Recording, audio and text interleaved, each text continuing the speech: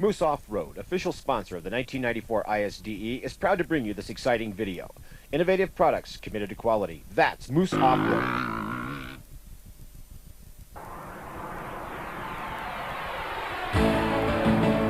Out in the wild backcountry of Oklahoma, life has always been a challenge. If you let your guard down, even for a second, it could be the end of the line.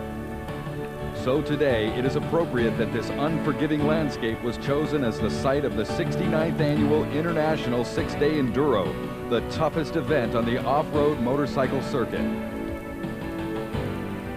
This is the Zinc Ranch, located just 30 minutes from modern Tulsa, Oklahoma, but it's a world apart, untouched by the advancements of the 20th century, offering 31,000 acres of rolling hills accented by rocks and scrub oak.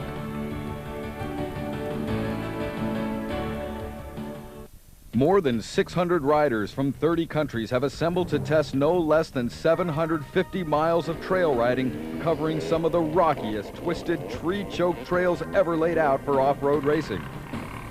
Enduro got its start in England in 1913. Since then, Enduro rules haven't changed much. The point of the contest has always been to ride your motorcycle over the prescribed course in the prescribed time and do the special test sections faster than the other riders.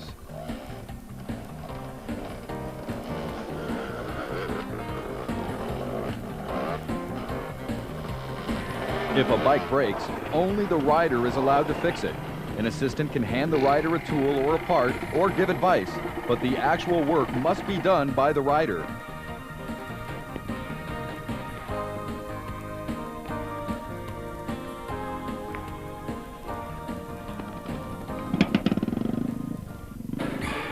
Area 178, 179, 180.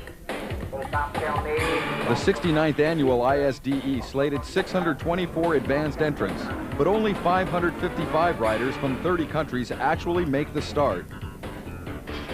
They're competing for the Nation Trophy, the Junior Trophy, team, factory, and club titles, and, of course, individual honors.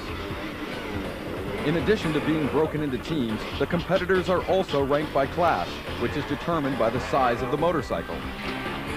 The 125cc two-stroke bikes of Class 1 have 108 total entrants. The 175cc two-stroke bikes of Class 2 are by far the largest grouping with 299 total entrants. Class 3 has 89 participants riding on 350cc four-stroke bikes. And finally, 59 riders are competing on the big 1300cc four-stroke bikes of Class 4. These bikes weigh about 300 pounds apiece. This is only the second time in ISDE history that the event has been held in the United States.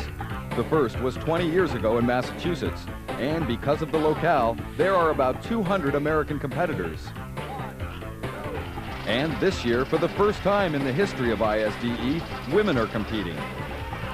Over the years, the Europeans have dominated this event, but the Zinc Ranch is home turf for the Americans and may prove to be an advantage.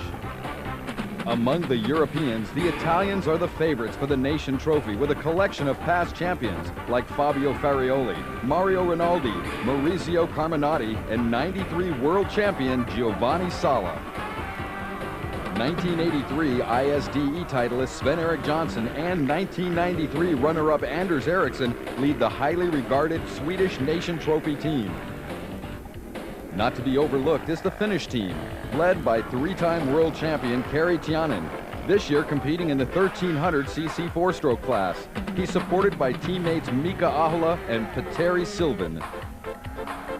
And of course, the French, led by Stefan Pederhansel, are always tough at ISDE. If there was ever a year when the Americans could surprise with a Nation Trophy victory, this could be it. Ty Davis, Guy Cooper, Randy Hawkins, Rodney Smith, Scott Summers, and Jeff Russell hope to make the best of this rare home field advantage. Day one is a serious eye-opener for most of the field as they ride over the rocky soil of the Zinc Ranch. The bikes are in great shape and spirits are high. In day one, fatigue has yet to become a factor.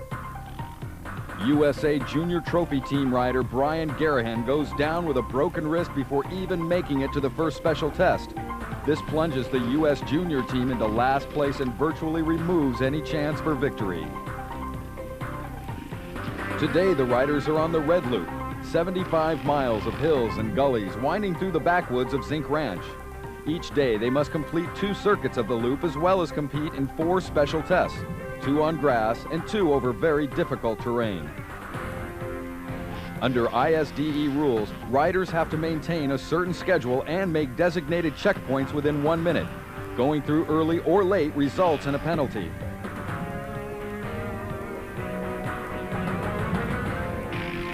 The grass track tests are much like regular motocross. The rules call for them to be set up on natural turf. The tracks are wide open except for the sharp hairpin turns and an occasional air-causing roll.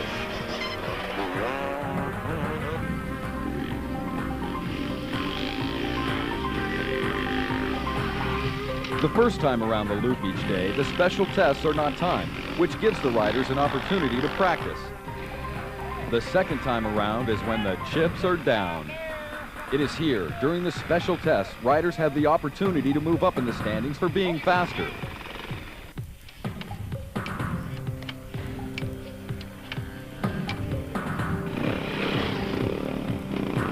The standings at the conclusion of competition on day 1 are encouraging for the favorites, but there are some surprises.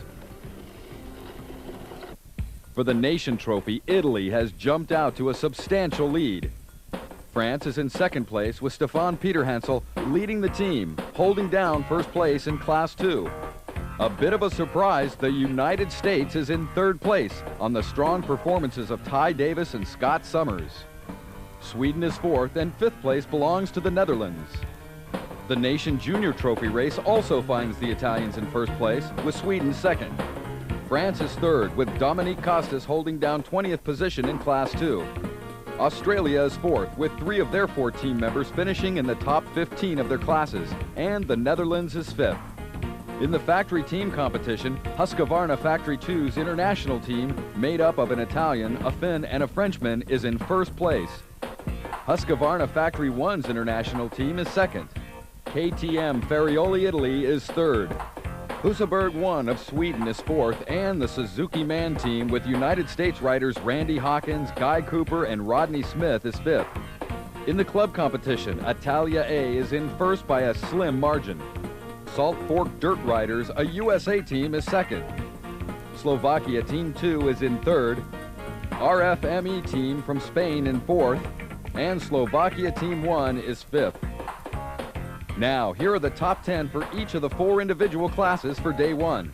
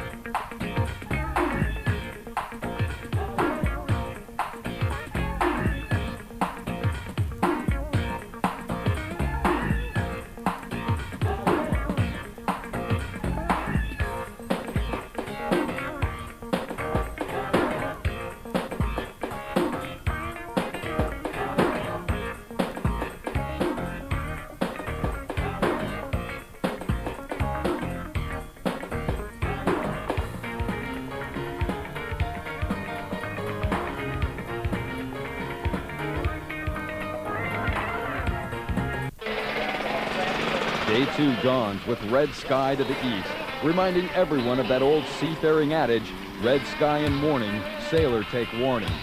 But what most riders are thinking about is spending the day chasing the Italians, who have jumped into the lead for both the Nation Trophy and Junior Trophy. Out of the 108 first-day entries who left the starting gate in Class 1 125cc two-stroke bikes, only 6 failed to finish. In the big field of 299 riders comprising Class 2, the 175cc two-strokers, 45 did not finish the first day. Class 3's field of 89 riding on 350cc four-stroke bikes saw 15 riders fall by the wayside. Class 4's 59 entries competing on 1,300cc four-stroke machines saw 8 of their compatriots fail to finish.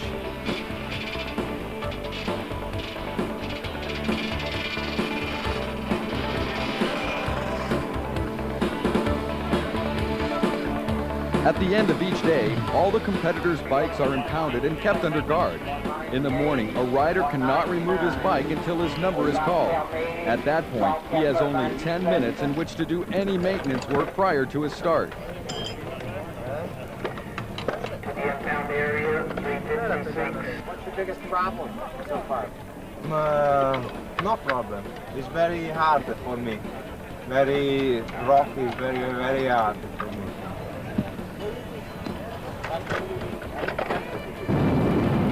Day 2's course is the Green Loop. Course sections are described by tags like S-Curve, the oil tanks, and Sandy Road. The Tulsa trail riders who set the courses mixed it up pretty good with tight woods followed by wide open sections where the riders can wind it out. Steep hills are followed by gradual slopes, but wherever you ride on Zinc Ranch, you find rocks.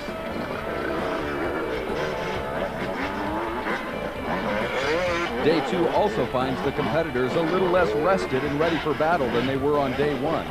If they slept at all, they probably had bad dreams about the rocks and trees, flat tires, and fouled spark plugs. At this stage in the game, riders are beginning to realize they have to endure 2 more days of what they went through on day 1 just to make it to the halfway point. For the bikes, it's all mechanical. For the riders, however, it's as much mental as it is physical. The name of the game is, after all, Enduro.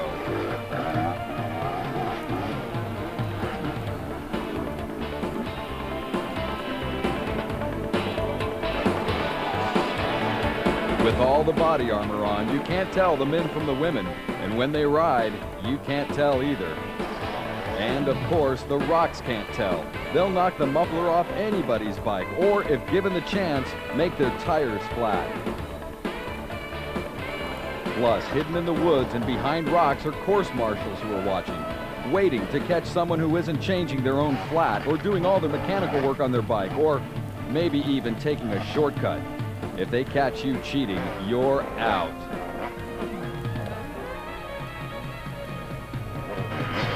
In Enduro scoring, gold means a rider is in the top 10% of their class. Silver is the next 20%, and bronze is everyone else who finishes. Among the remaining riders in Class 1, 33 are riding at the gold level, 56 are performing at silver, and 13 are at bronze. Of the remaining 254 riders in Class 2, 52 are at gold, 147 at silver, and 55 are holding bronze. Class 3 has 16 riders at the gold level, 43 at silver, and 15 at bronze. And in Class 4, 13 are gold, 22 are silver, and 16 finish to hold bronze. A look at the end of Day 2's leaderboard shows in the Nation Trophy, Italy has dramatically increased its lead from 75.01 to an incredible 335.3 margin. One of the Italians won his class for the day, while 4 others finished second. The other Italian was 7th for the day. Sweden has moved up from 4th to 2nd on the strength of 5 top 10 class finishes. Australia has made the leap from 8th to 3rd behind 3 team members' top 20 class finishes. The Czech team has risen from 7th to 4th, and the Germans have moved into 5th place from 9th. First day 3rd place team, the United States, fell to 7th. The Nation Junior Trophy standings for Day 2 finds Italy and Sweden still 1 and 2. Australia and France have swapped positions, and now the Aussies are 3rd and the French 4th. The Netherlands remains in 5th place. In the factory team standings, KTM Ferrioli Italy has jumped from 3rd into 1st place. Husqvarna Factory 1 continues to hold on to 2nd. Husaberg of Sweden moves from 4th into 3rd. Suzuki Man Team USA moves up 1 spot from 5th to 4th. And Kawasaki Team Green USA takes over 5th position, up from 6th. In the race for the club title, Day 2 results find the Spanish RFME team moving up from 4th place to take over the lead. Slovakia Team 2 has moved up to 2nd from 3rd. Italia A has fallen from first to third. Salt Fork Dirt Riders of the USA has dropped 2 spots to fourth. Right on a rock yesterday and broke my toe. How are you doing, other than that? Yeah, I'm still on time, doing all right so far, but I think I'll struggle today. How's your team doing? Oh, well, it was all right, but one of our team riders went out yesterday. His bike broke down. How did it break down? Electrics went on it as far as I know. The heat, first of all, for the first 2 days, we're not used to it. We get rain all the time, don't we, in England? But and apart from that, the terrain's different to what we have, you know. But, you know, you just come and apply yourself, don't you, and just get your head into gear and go for it. Things are all right, you know. The weather's with us today, isn't it? So what can you say? You know, when the flag drops, the bullshit stops, doesn't it? Day 3 arrives with good news and bad news. The good news is that even though all of the competitors' bikes were in impound overnight, they all got washed. The other good news is it won't be dusty today. The bad news is the heavy thunderstorm that drenched the Zinc Ranch all night long has made tons of mud and still lingers, making the day cold and wet. Some say, thank God, no dust. Others say nothing can wreck chains and other working parts on an off-road bike quicker than mud. Day 2 saw Class 1 drop off by another 11 riders. In Class 2, 41 riders failed to finish, and another 14 riders out of Class 3. And the smallest class, the big 1300cc bikes in Class 4, got even smaller, losing 14 more riders.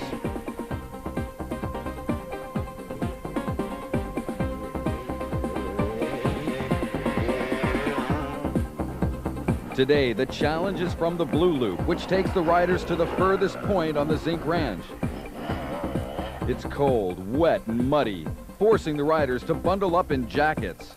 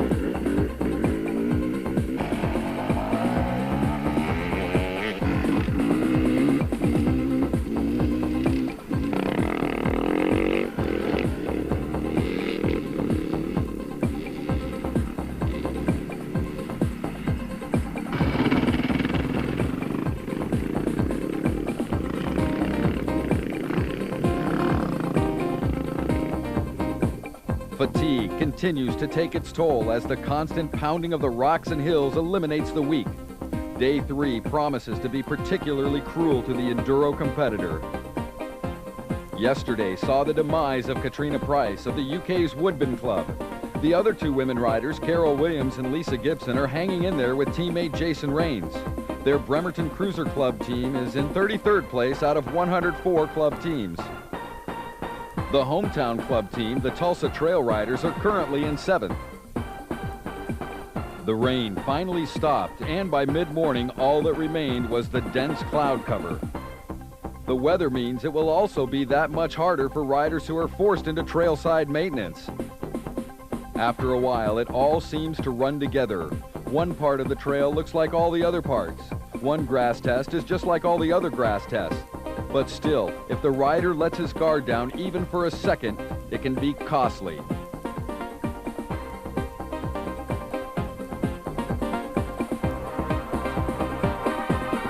Even though the riders are part of the trophy and factory or club teams, when you're out there on the bike, you're all alone.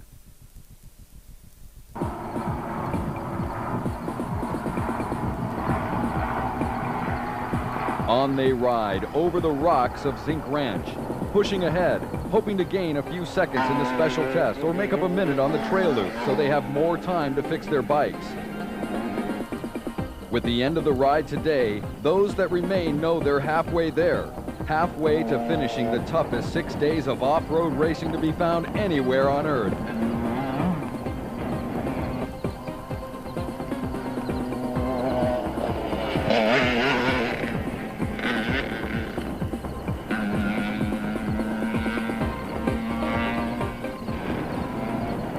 What's your name and where are you from?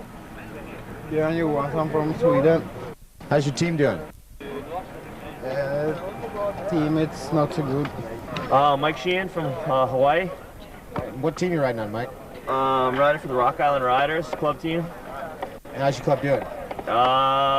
We've lost one guy, we got 2 left. Hanging in there, body's breaking down, bike's breaking down, but survival mode. Dave Meyer, Canada. How's your team doing, Dan? Well, we lost one guy. The other 2 are still on silver. Day 3 saw the field of Class 1 drop another 5 riders, leaving 86 competitors of the original 108.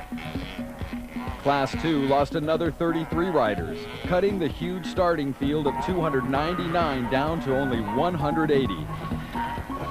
6 more Class 3 riders did not finish the Blue Loop, reducing them to 54 from the first day field of 89. And Class 4, the 1300cc drivers said goodbye to 3 more of theirs, leaving the smallest class now at just 35. The leader of Class 4, Finland's Kari Tianen, has still yet to be assessed a single penalty point. It has to be an ongoing sense of deja vu as the riders go once more into the breach of Zinc Ranch for another grueling 150 miles of competition. Today, it's back to the Red Loop. Out of 555 riders who started here on day 1, a total of 200 from all 4 classes have been eliminated. They could not endure the physical and mental hardships of Zinc Ranch. For some, it was bad luck. For others, bad planning. On the way down to the park for me, he stopped, we had to get a plug out to him, and now he's sweating on this, the engine rebuild. He's also rebuilt his front forks. He's had quite a 6 day, this man. Quite a 6 day. It's only halfway through. Yeah, only halfway through. Those that remain charge on, knowing the hardest part of the challenge is yet to come. Knowing that they have to repeat the last 3 days on bikes that have been beat up, with bodies that are worn down. The only advantage that's been gained by those who are left is there are a third fewer riders on the trail to hamper their progress.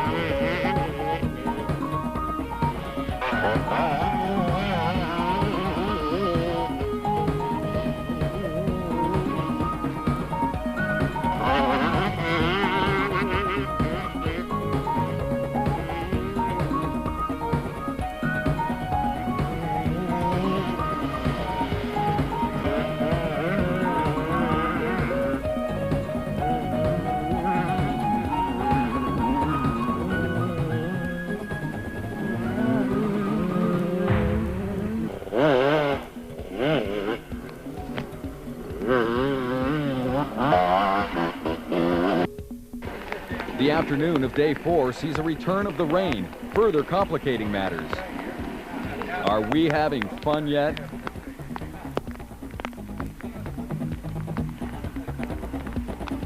At the end of day 4, the standings continue to emphasize the Italians' dominance. In the Nation Trophy race, nothing has changed since yesterday. The top 5 are still exactly the same. Italy in the lead, Sweden second, the Czechs third, the Germans fourth, and the Australians fifth. The Junior Trophy race, however, has seen some major changes. The Italians have fallen out of the lead, plunging all the way down into 7th place due to 125cc rider Jarno Buorno not finishing day 4. The new leader is Sweden, led by Bjorn Karlsson, who has finished 3rd in his class on 2 days and never less than 5th. Australia has moved into 2nd place in junior trophy from 3rd, and Netherlands has moved up from 4th to take over 3rd. Mexico has steadily moved up and now occupies 5th place. The factory team standing also saw no change from day 3 to 4. KTM Ferrioli Italy has expanded its 1st place lead over 2nd place Husqvarna Factory 1. Sweden's Husaberg continues to hold on to 3rd, and 2 USA teams, Suzuki Man Team and Kawasaki Team Green, are still 4th and 5th respectively. In the club competition, Italia A has regained the lead from the Spanish RFME team, which dropped to 3rd. Slovakia Team 2 remains in 2nd, while Slovakia Team 1 holds on to 4th, and Yamaha France keeps its place in 5th.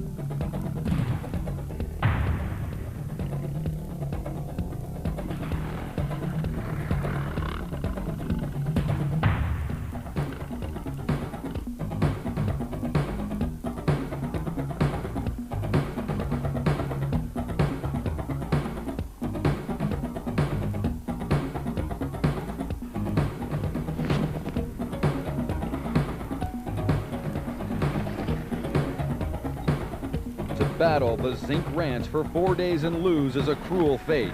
But as Mexico's Mauricio Rubio discovers here, the Oklahoma backcountry plays no favorites. Just wait until next year. I'm Marcelo Giuliani from Argentina.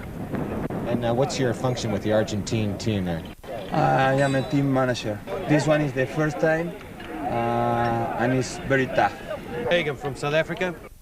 Alex he was riding in our club team. They were doing quite well. He's still on silver, but yesterday we lost another rider, so our club team was coming 10th, but now we've dropped out of the standings at the moment. Who was the rider and how did you lose it? The rider was Gavin Nimmo. He lost an axle bolt on his Kawasaki, and that was between 2 Czechs, and that was how it went. Is this your first time in America? No, it's the 2nd time in America, but it's my first time at a 6-day international. Well, good luck. Thank you very much. Day 5 is the last day of the 150-mile loop competition, and that's got to be some consolation to those riders who have endured to this point. Day 6 will see the riders do only one 40-mile loop prior to the class motocross races that will wind up ISDE1994. Only 18 riders from all the classes got knocked out on day 4. 8 in Class 1, 7 in Class 2, just 1 in Class 3, and 2 from Class 4. That leaves the field at 337 riders, who now once again take on the green loop.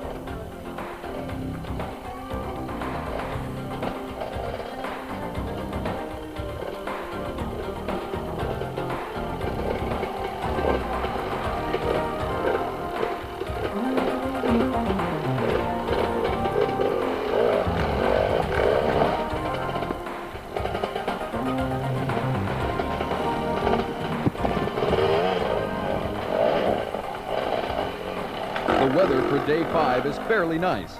Not raining and still damp enough from day 4 to not be too dusty. Almost ideal conditions, one might think.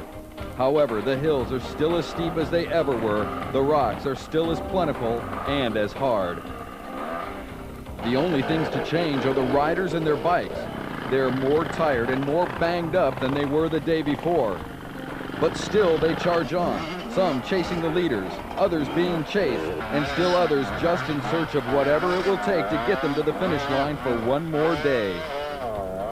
Solace can be taken in the fact that whatever happens, this is the last time the riders have to come through here. Here, Lisa Gibson wrestles with her 125cc Suzuki on her way to a bronze finish. In the Class 1 standings, she will come in 76th overall, and her teammate, Carol Williams, will finish 65th. Along with teammate Jason Raines, their Bremerton Cruisers Motorcycle Club team from Washington State will finish 24th out of 104 in the club competition.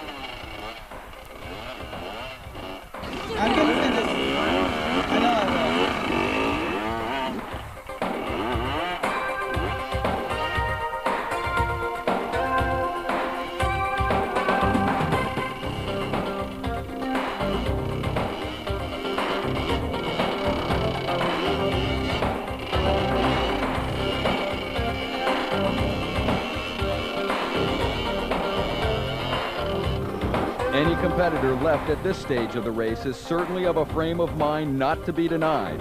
Even if you don't have the proverbial snowball's chance in that very hot place of winning, there is a great measure of personal victory and satisfaction in just finishing this ultra-grueling event.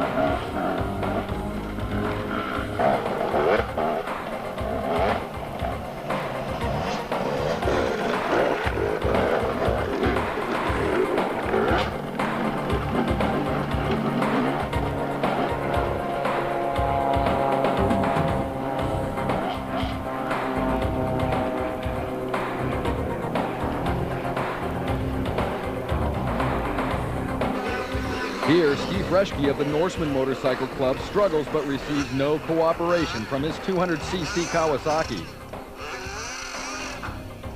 Hard to believe a motorcycle can be as stubborn as a mule. Obviously not one to give up, Steve will eventually finish dead last of the bronze medal winners in Class 2 in 171st place. But finish he does. His club team will finish 44th out of 104.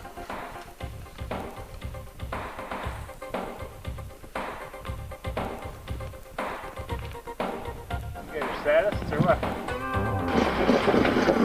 The field is narrowed and the spectators can enjoy the toughest of the field because that's all that's left. Nothing is going to stop them now. They can smell the finish line. And if they make it today, tomorrow has only a 40-mile loop and a 4-lap motocross standing between them and a completion of the 6-day trial.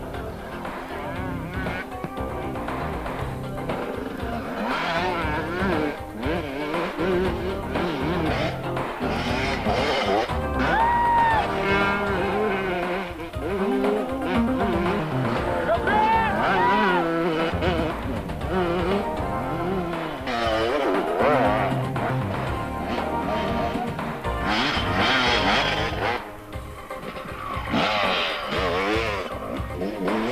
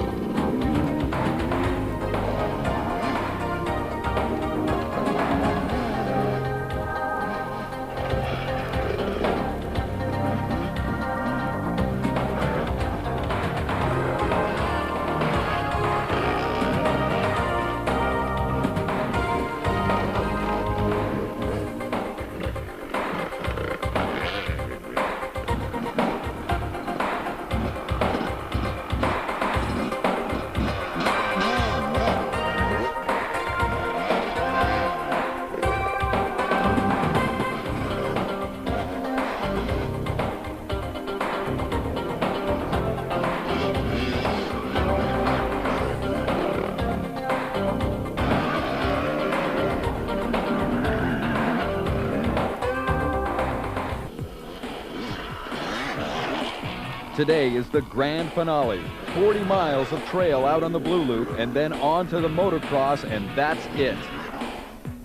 Out of the 108 entries who started in Class 1, 31 have been eliminated, leaving 77 riders to answer the call for this final day. In Class 2, the 175cc two-stroke bikes, the first 5 days have knocked out 127 of the 299 starters, leaving a Day 6 field of 172. The 350cc four-stroke Class 3 field of 89 has seen 36 riders glean from their ranks. And the bikers riding the big 1300cc four-stroke machines of Class 4 have seen 26 of their numbers sent packing. As they complete their almost leisurely 40-mile loop prior to the motocross, the Italians are safely in first place for the Nation Trophy with a solid 575.34-point lead over second-place Sweden. The Czech team is in third, 2,123.22 points behind the Swedes. The Germans are holding fourth place, and Finland is in fifth. In the race for the Junior Trophy, Sweden is in first, but only by 470.26 points ahead of second-place Australia. Third-place Netherlands is 896 points in front of fourth-place Germany, and Spain is in fifth. The factory competition finds KTM Ferrioli Italy holding on to first with an extremely low penalty point total of just 214. Second-place Husqvarna Factory Team 1 is 162 points behind them. Husaberg 1 of Sweden is third, and USA Suzuki Man Team is fourth, and USA Kawasaki Team Green is in fifth. A little spin through the Zinc Woods, and it's on to the grand finale. 11 heats of head-banging motocross action. For those of you who haven't been to a 6 days before, the last day is the most exciting day.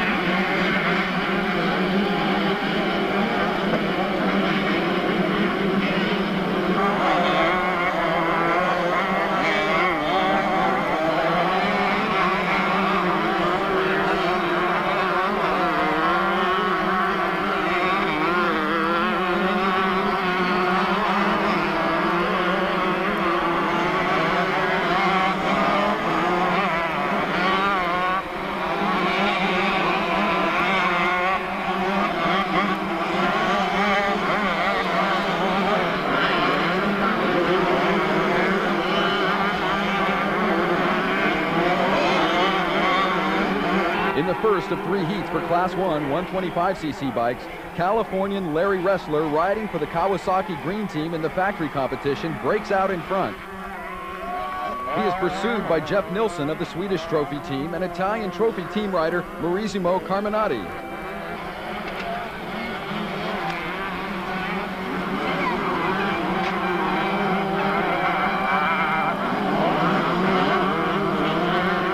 wrestler and his Kawasaki hold the lead for almost 4 laps, Swede Jeff Nilsson catches him right at the end. Carminati is third, and eventual Class 1 overall winner, Paul Edmondson of the UK, is fourth.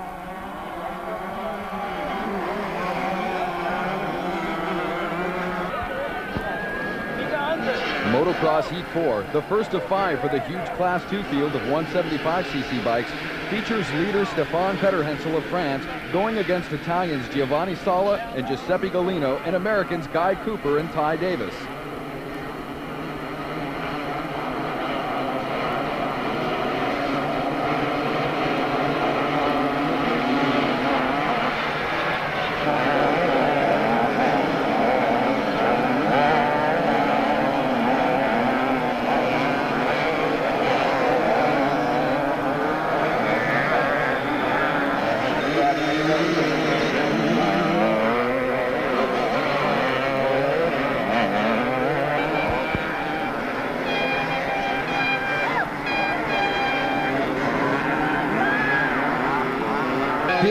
Breaks in the lead and holds first place for 2 laps before he's overtaken by both Ty Davis and Guy Cooper, who turn it into an all-American 2-man race.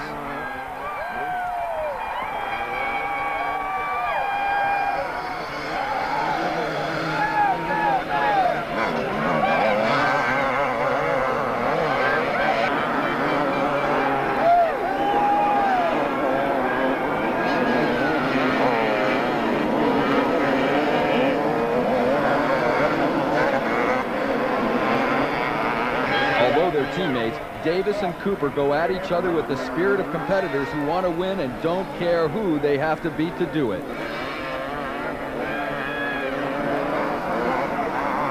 In the end, Davis holds off Cooper in an extremely close race to take first.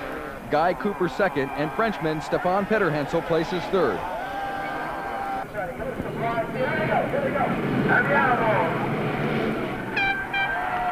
Motocross Heat number 9 is the first of 2 for the 350cc bikes of Class 3. It features the Italian Nation Trophy riders Arnaldo Nicoli and Mario Rinaldi holding on to first and third place respectively in the class. Taking on Swedish team members Anders Eriksson, Sven-Erik Johnson, and Bjorn Karlsson, who are 2nd, 4th, and 5th respectively in the class.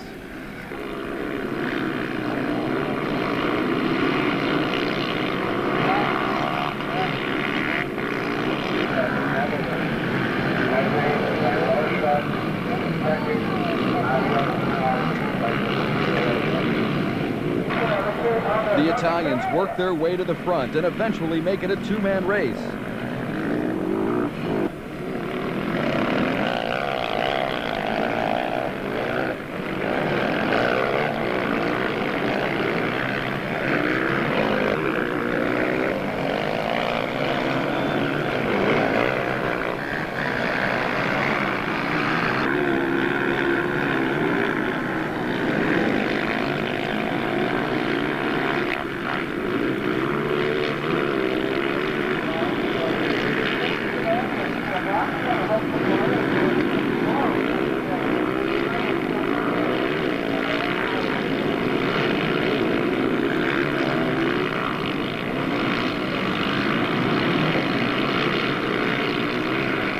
Rinaldi is the eventual winner, with Nicoli second and Otakar Kodorba of Slovakia in third. The true drama, however, comes from Swedish junior trophy rider Bjorn Karlsson, who pushes his bike some distance on the last lap to finish. This act of strength on the final day ensures the Swedish junior trophy team of the title.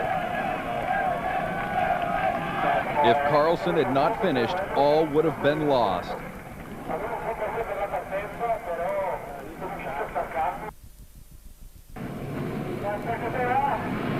In the tradition of saving the best for last, Motocross Heat 11, the only one for the 1300cc big bikes of Class 4, features class leader Kari Tianen of Finland going up against second place Italian Fabio Ferrioli and third place Swede Peter Jansson. Tianen, who has led the class from start to finish and is yet to pick up even 1 penalty point, breaks into the lead on the first turn and the chase is on.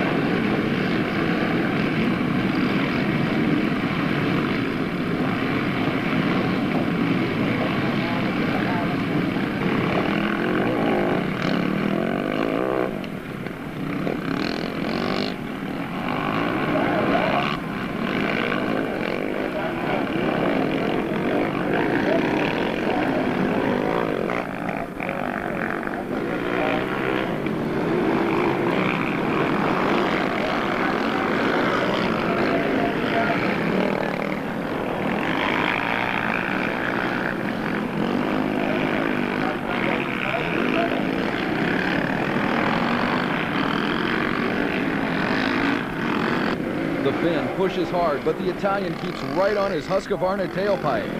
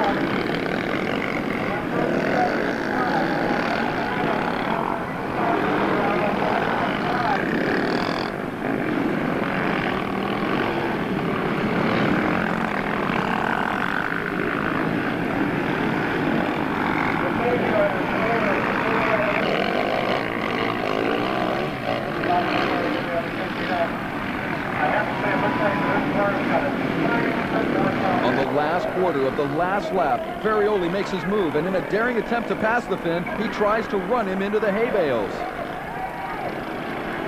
But Giannin will have none of it and succeeds in fighting Ferrioli off to keep the lead.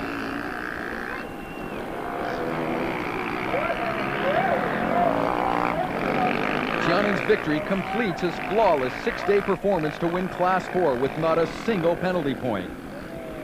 Ferrioli takes second, and the surprise third-place finisher is Jan van Veen of the Netherlands. One could not have asked for a more thrilling conclusion to ISDE 94. And now, here are the official final results of ISDE 94.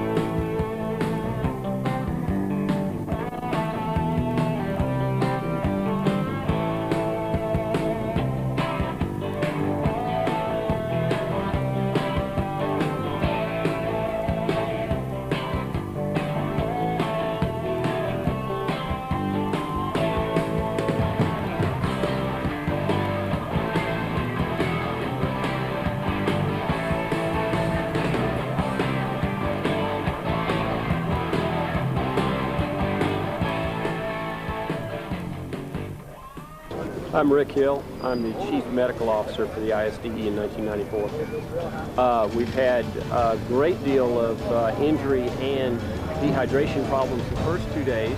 We had an extreme number of people come in late in the day on the first 2 days of the race, and we had people all over the floor with IVs in them. Fortunately, we haven't even begun to exceed our depth. We are well staffed, well equipped. We're seeing lots of extremity fractures, which we expected to see. We're seeing some significant trauma, although it's been limited to just a couple of riders, and we're able to get them downtown expediently for definitive studies. And so far, no one's been admitted to the hospital. Straight there. Right there.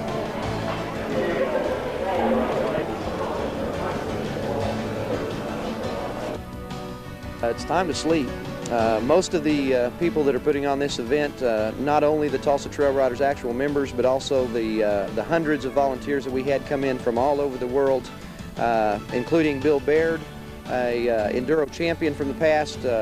We had many riders from all over the place that came in and helped us out on the trails, and many other people that came in and helped us in administrative tasks.